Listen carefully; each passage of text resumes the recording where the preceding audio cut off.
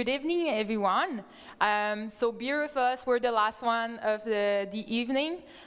So in the last month, I've been reading online in the news that there's been a lot of fraud being committed to with people fake voices.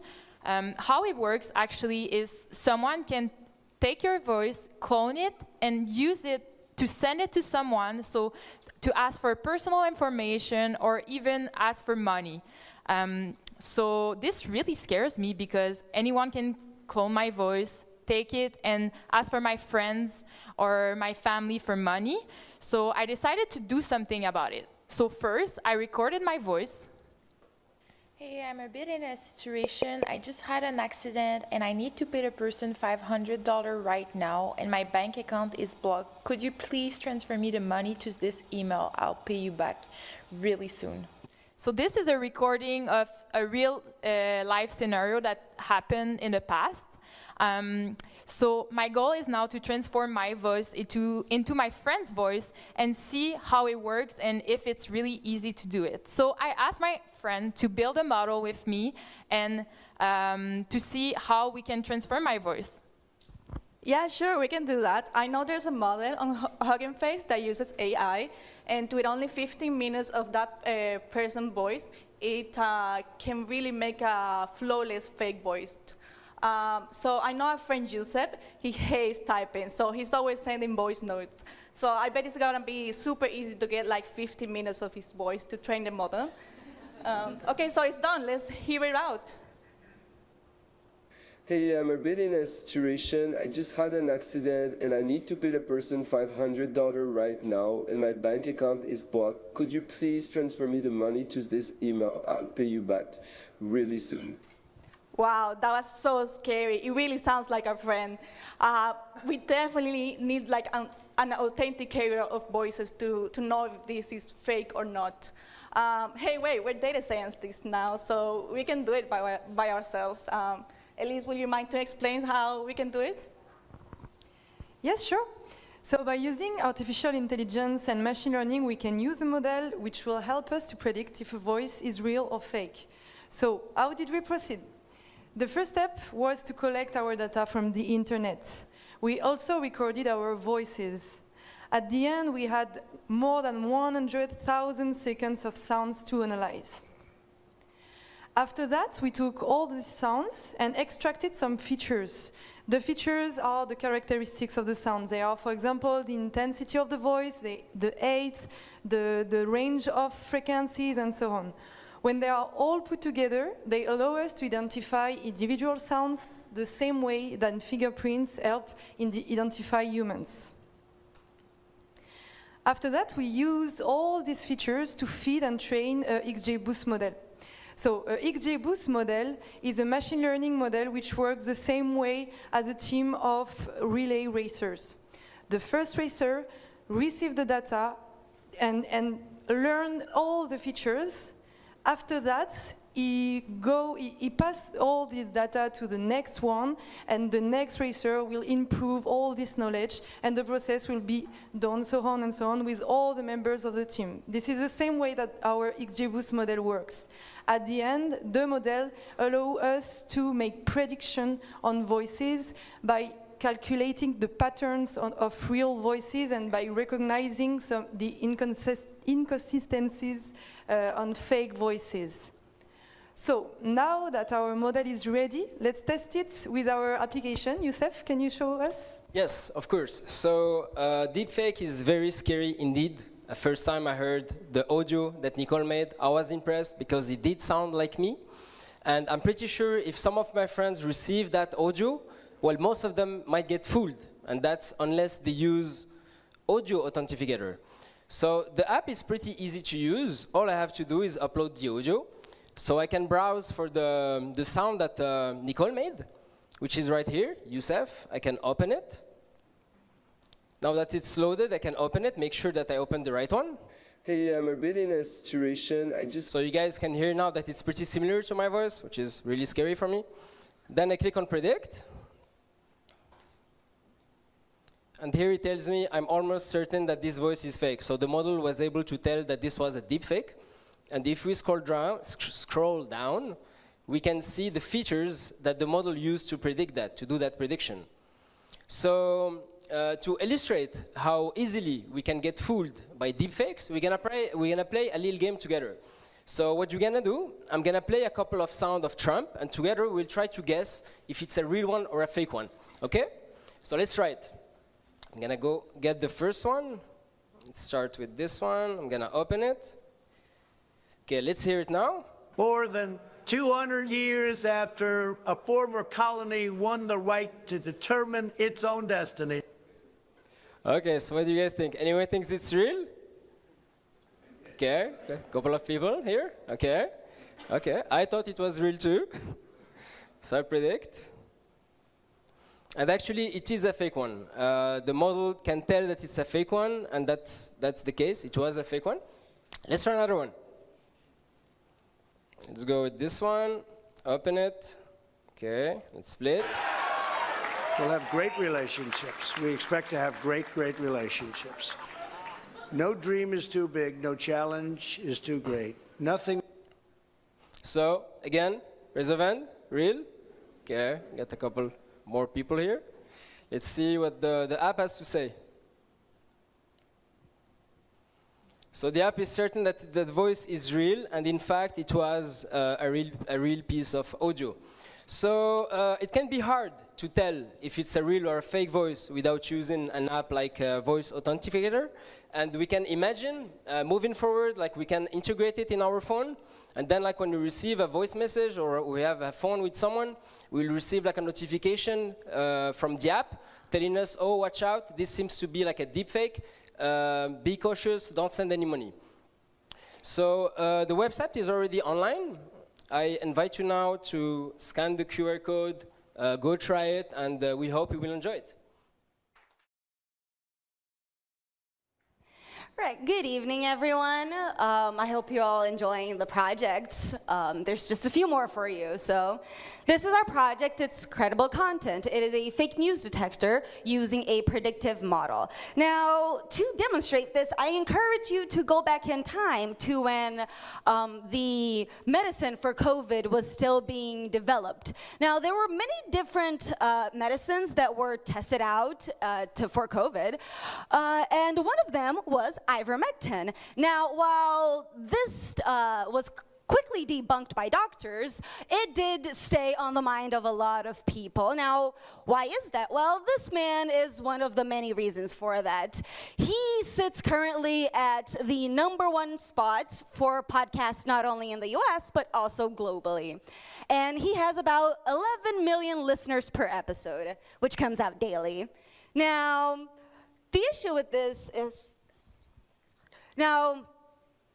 he might not be a doctor per se, but he was certainly influential to many people. So much so that about 270 doctors did in fact put out an open letter urging him to please cease this misinformation. Now, other outlets went their route to simply showcase how deadly this kind of misinformation is. So the issue here is, what can happen when misinformation is taken as actual information? And this is what our project does. Before we tell you about the project itself, I'll tell you a little bit about the data set. It is from Kaggle. I'm sure everyone here kind of knows it. So we did minimal pre-processing and cleaning to it because, lucky for us, our model does the majority of it by itself. So we started with about 30,000 entries, and after these minimal pre-processing, we had about 23,000 entries left. And to tell you a little bit more about the model is Abel.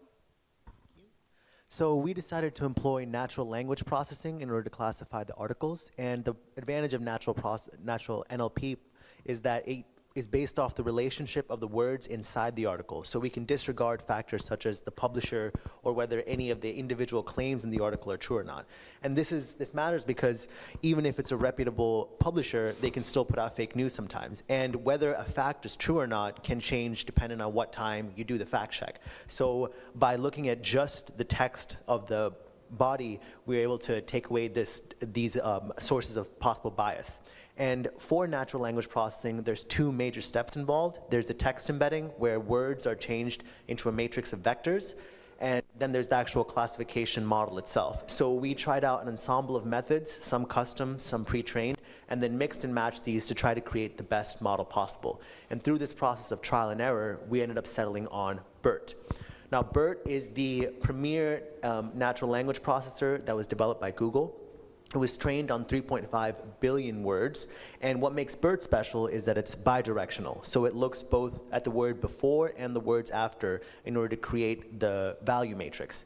And there are many different versions of BERT, but we decided to go with DistillBERT because it's much less computationally expensive while maintaining 95% of the accuracy from the full BERT model. So then we took DistillBERT and we trained it on our 24,000 article data set, and we were left with this model. It has 66 million parameters, and then we attached a threshold of 70% to it. So if an article was determined to be 70% true, we'd classify it as real. If it was 70% false, we'd classify it as fake. And if it was anywhere in between there, we would say it was suspicious and then prompt the user to do further research.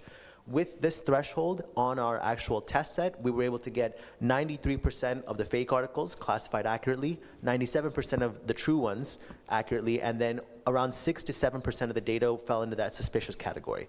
But that's enough talking about the model for now. Let's actually check it out. So we can go over, this is our application, credible content.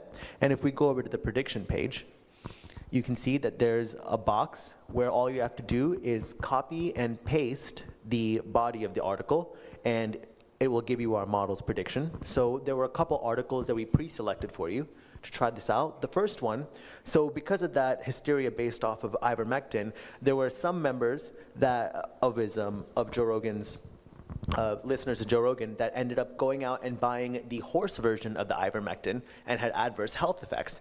And then Rolling Stone puts out this article that so many people are overdosing from the horse ivermectin that gunshot victims weren't getting into, there were no beds in the ER for the gunshot victims. So we can take, all you have to do is take the text of the article right here, put it into our text box, and when we hit predict, we can see that our model says that the article is in fact, drum roll please, fake. And what's interesting is that if you go to this article now, Rolling Stone has actually issued a correction where they say that they cannot back up the claims of this anymore. But of course, this correction was issued weeks after it was originally published and the misinformation had already spread. So if you had access to our application at the time, the moment this popped up, you could have just pasted in the body and you would have known right away that that information was actually untrue.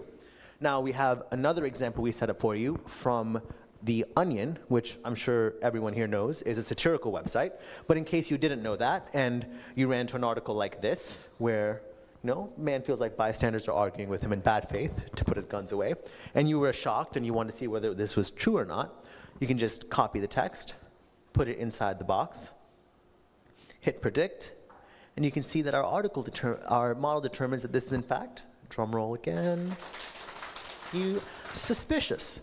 And then it prompts the person to do further research on the contents. Now, we have one more example just to show you how flexible and versatile this model is. This is actually from the local Montreal Gazette.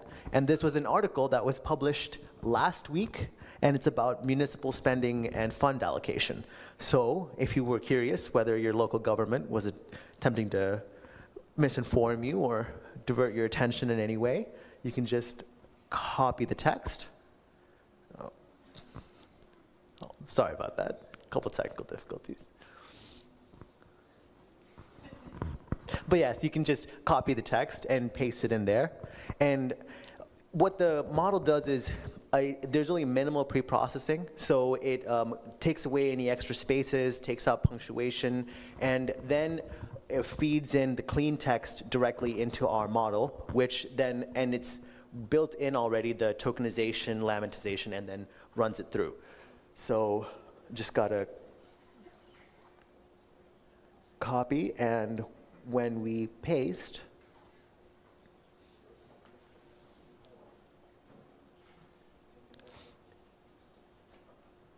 right there, easy as that, we can see that in fact, drum roll, it's true. So it's nice to see that Montreal has a thriving independent journalism. So, but you don't have to take our word for it. Try it for yourself. All right, so hello everyone. My name is Paula, and today I'll be talking to you about EyeSpy. So before we get into it, I first wanted to tell you a story about John. John is a lovely dad that he likes to play with his son. But one day he realizes that his eyesight has been deteriorating with time.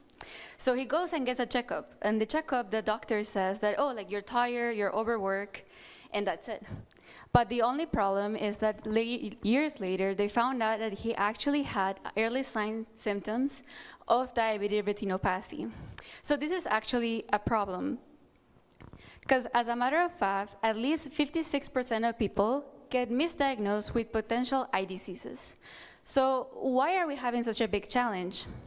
Well, we have three big problems. Two of the big problems comes by hand: scalability and diagnosis speed. Well, basically, we have too many people getting sick, and we don't have enough specialists that we're able to diagnose these diseases. And lastly, human error. People make mistakes, it's normal. Incorrect treatment, delayed care, and increases the cost of emotional stress. So we asked the question, can we create a digital assistant for ophthalmologists to improve the early diagnosis? And for so, we created EyeSpy. EyeSpy is a virtual assistant that helps ophthalmologists to detect diseases within the inside of your eye. So the way we do this is that we do it the way ophthalmologist does it. And for that, we take images of your eye, and then we look at the patterns inside those eyes. So like, for example, we look at the color of the veins, the shape, and any other anomalies, just like dark spots. So we train our model with a database that contains 3,200 retina images, and we train it in two different stages. In the first stage, we did a binary classification where we determined whether an eye was healthy and unhealthy. And in the second stage, we did a multi-disease classification where we specifically tell you what type of disease does this eye can see. So the logic of our model is basic as this. We take the picture, the doctor uploads it, and uploads it in our machine, and then he determines whether it is healthy or not. If it's not healthy, then we become into a multi-decision to whether of these 4 diseases, and then it gives you a feedback. But how was it created? So in technical words, we use a combinational neural network, and with a model that was already developed, a BGG16 combinational network with a total of 16 layers. We used 13 combinational and 3 fully connected layers. And once we trained the model, we evaluated, and then we saw that our accuracy was above 90%, which is great. So now let me show you how it works. A doctor will come, open our website, insert the name of the patient, in their first name, last name, and then we'll upload the image taken from the inside of your eye. Then the output would be the image that you found, and then you would determine whether it was healthy or not. In this case, it was healthy. Let's try another one. So again, you insert the name, you look for the picture, and then you make your diagnosis. So in this case, we got an unhealthy eye. And as you can see, we can get the anomaly of the type. So this was quite specific, and we got diabetic retinopathy. And also we got a small description of what type of disease this means. Let's try another one, just to make sure everything is okay. So we insert the name, we upload the image, and then we get our diagnosis. And this one is also unhealthy with a different pathology, media haze with a small description. As you can see, everything is very quick and specific, which is what we want. So yeah, so you may ask, like, what's next? And for us, we answered that we would like to add more diseases, add more anomalies, so we can improve, be more specific with the type of diagnosis we can do. We also want to improve the accuracy of the model, being a medical diagnosis. Also, with the improve of other technologies, we also give the option to the doctors to be able to download a PDF file with the final report. And lastly, with the improvement of technologies, we would like to adapt the website that we develop into an app to be able to connect your smartphone with gadgets that take pictures of your retina. And for last, we want to say, let EyeSpy help you help others. All right, picture this. You're walking down the street. All of a sudden, you feel chest tightness. Your heart rate goes up. You step to the side, and within a minute, just as quickly as these feelings had come on, they're gone. What happened? Should I be worried? Should I go see someone? Without a medical background or knowledge about health, it's hard to know when you should take action and when it's just another thing that happens in our day-to-day lives. So we know that heart conditions are the second leading cause of death for Canadians each year. And we know that we have tools like electrocardiograms, or ECGs, that are fundamental for diagnosing and monitoring heart conditions. But these tools aren't always super accessible. We also know that early symptoms are not always detectable. And the accuracy of your diagnosis can vary based on the clinician you have on any given day. When we learned this, we felt a little bit like we didn't really have control over being an active participant in our own health, so we wanted to do something about it. We wanted to create a tool that could help others also become more empowered and more active stakeholders in their own heart health. So, enter the Heartbeatdecoder. It's a machine learning model that can take a simple ECG input and predict whether it is normal or abnormal. And in our case, we were specifically looking for signs of arrhythmia. So how did we go about building this tool? We started with a data set. Specifically, we used the ECG arrhythmia classification data set. It's originally published by MIT, and it takes samples from the MIT BIH arrhythmia database, which is the gold standard for this type of data in the health science literature. Within our data set, we had 176,000 samples, and those included 32 encoded wave features. So I'm sure you've all seen an ECG wave before. Each of the waves, the peaks, the valleys, and the combinations contain important information about how our heart functions. So our data set had already encoded many of those features and made it easier to work with and more medically relevant. We also chose this data set because it contained single lead ECG information. Typically, or traditionally, ECGs contain 12 leads, which means 12 electrodes that have to be placed on the body. They're complicated to place, it's difficult to interpret the results, and again, they're not accessible to normal people. We chose single lead because in recent years, there have been many more technologies available for personal ECG use. And since about 2017, individual people's smartwatches can actually take ECG readings. So we wanted to make sure that our model could work with this data and let people conduct these tests for themselves as individuals. So for the technical part of our model, I'm going to hand it over to David. He's going to take you through some of the nitty-gritty. Hello. Yeah, so for the model, we had 176,000 samples. So we decided to narrow it down to 50,000 for the sake of computation. And from there, we took it into a train test split of 80% train and 20% test. And this is really interesting. I didn't know this before doing this project. A lot of healthcare and medical data is, at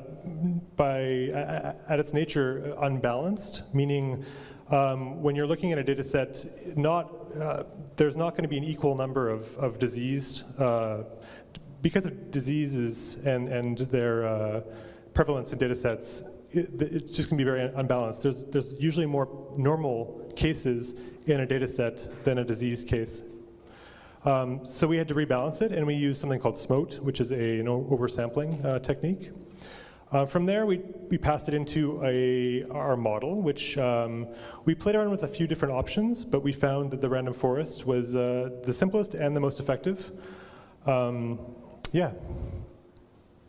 So from there, which was at the local level, we created an API for our model, We containerized it in the Docker format. We eventually took that to the cloud using the Google Cloud Run, which basically made it available online for anyone to access. Which brings us to our user interface, which we use Streamlit for, which is a great library for UI for data stuff. And this essentially allows a user to take a CSV file that they have from wherever they get their like their smartwatch, etc., and load it into our API and our model, and which will return a result, which we can try right now. And I'll pass you back to Caitlin. All right, not yet. We have a demo. So this is our website here. This is the Heartbeatdecoder. So first and foremost, this app is currently for educational purposes only. But we'll take you through an example of actually uploading a CSV and getting some results. So we'll start with a trace that we know is healthy.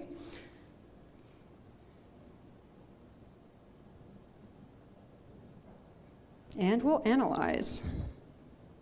All right, so the results are in. Our healthy sample has come back as normal.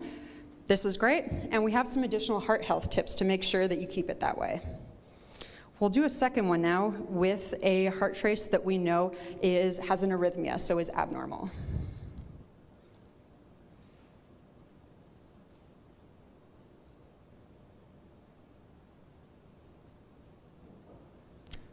All right, the results are in, so it is abnormal. There's an arrhythmia. And we provide some next steps. Because this is not a diagnostic tool and can't perform a formal medical assessment, this is really just your push to take the next step and make an appointment to get a full diagnosis for your ECG. And you can also bring a copy of these results with you to have contextual evidence of how you were feeling or what was happening when you originally took this trace.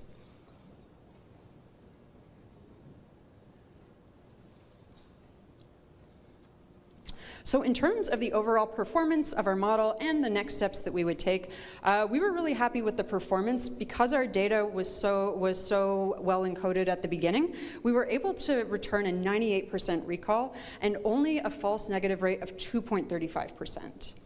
Our next steps, were we to continue working on this app, would be to include a smartwatch ECG integration. So right now we're dropping CSV files in. We'd love to make it even smoother and have it directly upload from your watch or personal device. We'd also try working on a model with less feature-encoded data, so something that can take more raw data and encode more information than what we were previously using, and this would probably use deep learning, or would most likely use deep learning methods that we weren't able to use for this particular example. And hopefully, this would make the app sort of more usable and more widely accessible across different devices for many people. So thank you from the bottom of our hearts. All right, hello everyone. Thank you for coming out to our presentation tonight. And let's get ready to optimize your job search with Cover Genie. Job searching. As we come near to the end of our boot camp, it's the thing that's on the top of all of our minds right now. And I know how I feel about job searching. It's long, it's boring, it's demoralizing. But what about you guys? Do you guys feel the same? Yeah, well, I'm glad I'm not alone. I'm glad I'm not alone. And on that note, I want to ask, is there anyone in the audience by any chance who has their CV who could possibly use it for a demo? And what's your name? Thank you, Pierre. And don't worry, this will only be shared with us and the millions of people online. All right, thank you, Arnav and Pierre. The reality is that your worries and emotions around job search is completely valid. In a recent poll done by Resume Genius, 72% of job seekers said that job hunting has negatively impacted their mental health. And the reality is that job search has completely changed, with 99% of Fortune 500 companies implementing applicant tracking systems, which pre-review your application before it's even seen by a recruiter. And on average, most of these resumes are denied before even being seen by a recruiter, with 75% of applications not even being received by a recruiter. And this makes job hunting more difficult, and it requires job searchers to apply to more jobs. On average, it takes about 100 to 200 job applications before receiving one job offer. But do not fear, because Cover Genie is here. And here at Cover Genie, we have three main goals. First, we want to stop the endless cycle of looking on LinkedIn for multiple jobs on hours, because we're going to match your CV with the jobs that are most relevant to you. After that, we're going to kill off the thing where we have to get the correct buzzword to go past the filtering process, because now Cover Genie will write you a unique cover letter specified for that job description based on your CV. And lastly, no more writing tons of cover letters on end, because we're going to do it at scale. So you can apply to multiple jobs at the same time, Pierre. Now diving into the data that we use to build Cover Genie. For our data, we use the Jobs API, which is a web scraping API that pulls job postings from very popular hiring websites such as LinkedIn, Glassdoor, ZipRecruiter, etc. Our data set size was around 24,000 job postings that varied from different Canadian cities, such as Montreal, Toronto, and Vancouver, and included a number of different features for each job posting, including the job description, company name, job title, and date posted.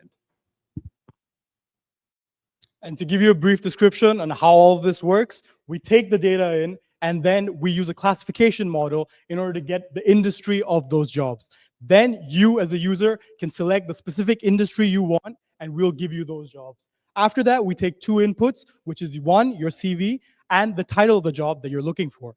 After we take those two inputs, we run them through our recommendation system to give you the jobs most suited to your needs.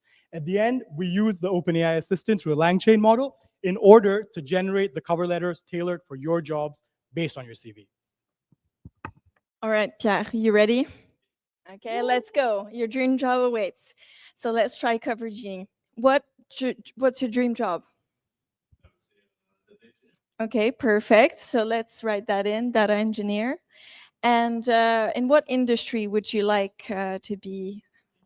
In tech? Yes, perfect. And where? Yes, because we are in Montreal, aren't we? Let's just drag and drop your CV in there. Thank you for sharing that with us. And then we're going to recommend the top 5 most relevant jobs for you. So we're just matching the similarity between your CV and our jobs database. So it's just running there. You're going to get the most relevant job postings for you. And there you have it. Does that seem like things you would apply for? Yeah. And then you can generate all 5 cover letters for those job postings at the click of a button. So that's just going through the OpenAI assistant. And it's going to output a tailored, personalized cover letter based off of your CV. It's just... So does that seem like a good idea? Applying at scale? Yeah.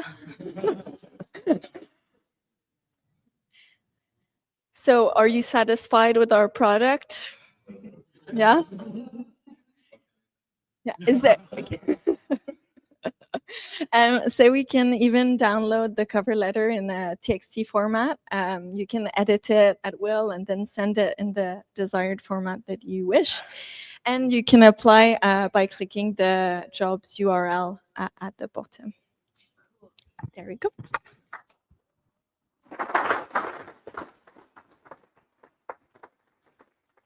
All right. Thank you, Julia, for the demo, and thank you, Pierre, for your participation. Now getting into some of the limitations of Cover Genie. The first is if there's an applicant who's currently in the middle of a career switch, switching from one industry to another, your cover letter might be a little skewed, and this is because your prior experience listed on your CV does not reflect the job that you're applying for, which therefore skews the data that's being inputted in our writing assistant. A second limitation that we have is the CV must be in PDF format when submitted through Cover Genie. However, we'd like to expand this to docx files and other file types to make it easier for the user.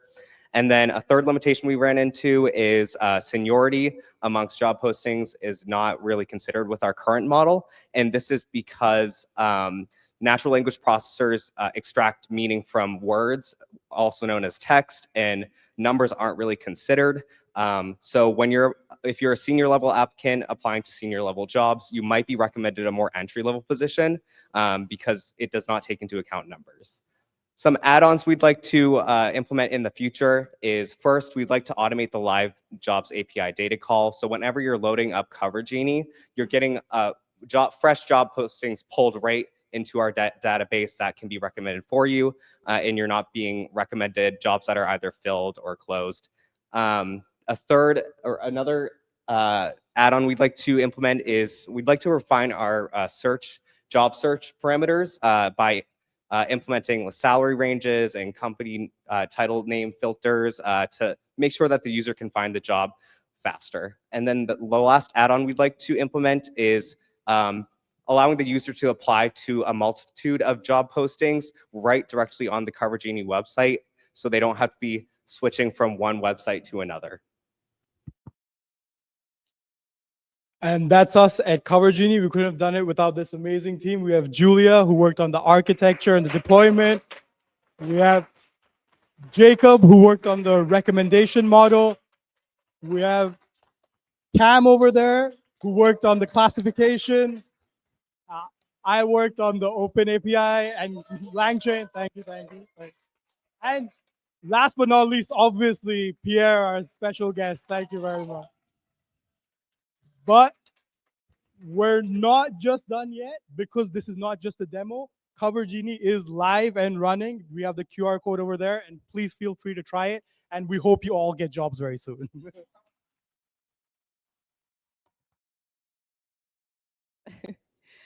Hello, everyone. We are so excited to be here tonight presenting our final project, Smart Food.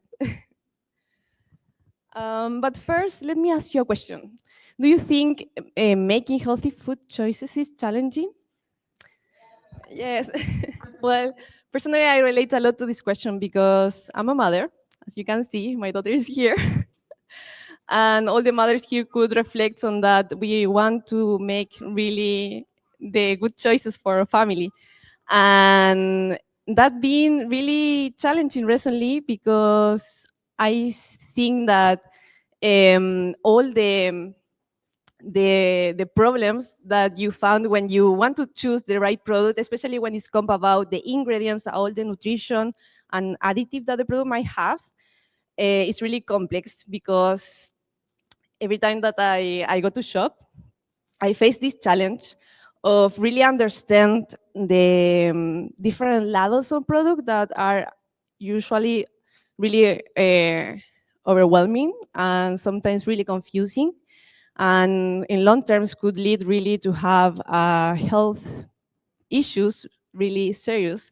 So I started to search online, and I realized that actually I'm not alone on that. That 50% of the global consumers say that they barely understand nutrition labels, and more than 62% do not base their food choices in nutrition information. That is huge. I speak about that with Juan, Carmen, and Mike, and we were all agreed that we need to do something about this lack of understanding. And our vision is really simple. We want to increase the nutrition education and awareness. We want to improve accessibility to healthy food and promote a clear and simple way to interpret the food labeling. And in order to do that, we take this data set that is called Open Food Fact, that is an open source created by real consumers that contain more than 3 million products from 150 countries. And from there, we take 200,000 products that were based in USA and Canada, since we are here, and create a machine learning model that could take as an input the nutritional information of the product and get it as an output the healthiness score prediction, so we really see if that product that we are choosing is healthy or unhealthy for us and for all loved ones. Thank you. So to analyze a product, what we do is that we scan the barcode If the product is not in the Open Food Facts database, what we can do is we can take a picture of the nutritional facts that are on the box, and we get the information from the Open Food Facts, and we pass this information through our machine learning model. It's a random forest machine learning model. And then as an output, we can get the allergens, some dietary tags, the nutritional score, and some smart tips coming from an integration with OpenAI. So let's try our application. So as you can see, Celeste has a daughter, and she was looking for healthy options to give to her daughter, and she found this. This is a mac and cheese product. As you can see, it says that it's 80% organic ingredients, and we want to see if this is really healthy. Do you think with what the label says is healthy or not? Is it healthy? Okay, let's see what it says. So we are scanning the barcode. We take the picture. Let's give it some time.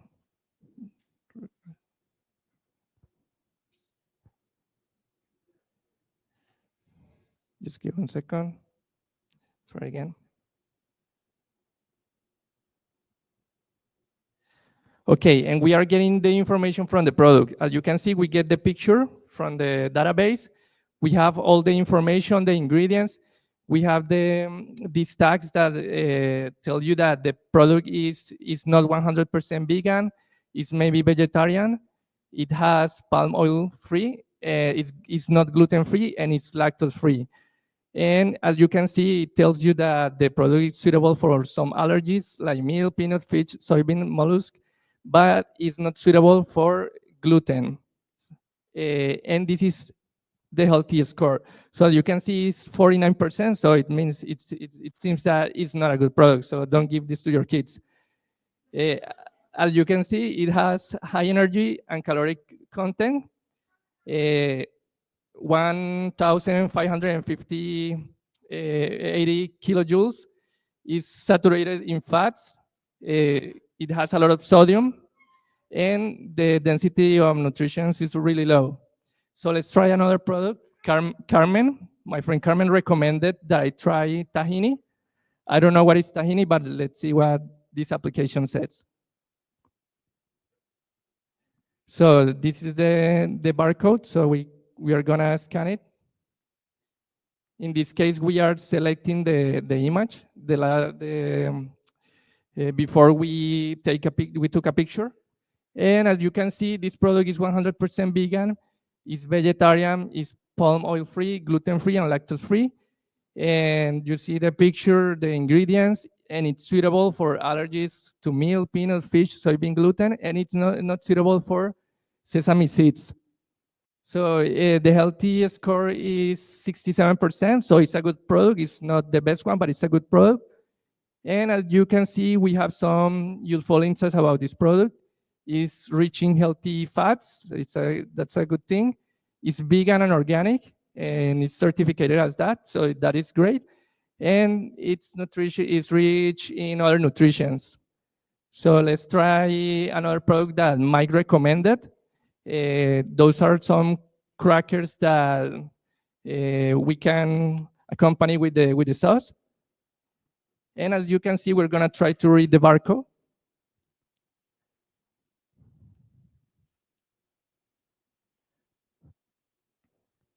But in this case, the barcode or this product doesn't exist in Open Food Facts.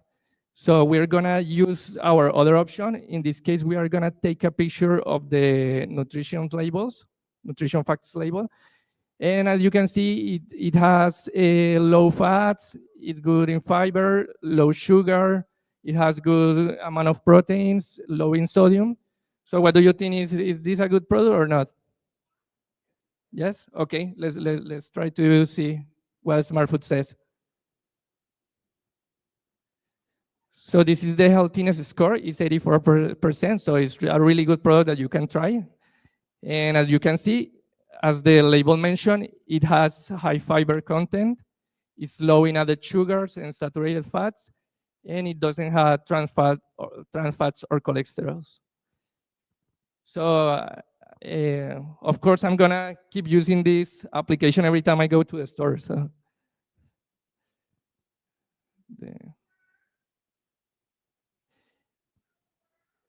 and this is our team. So this wouldn't be possible without the hard work of all this amazing team, Carmen, Celeste, Michael, and myself. And without the effort and the support of all our teachers. And thank you so much.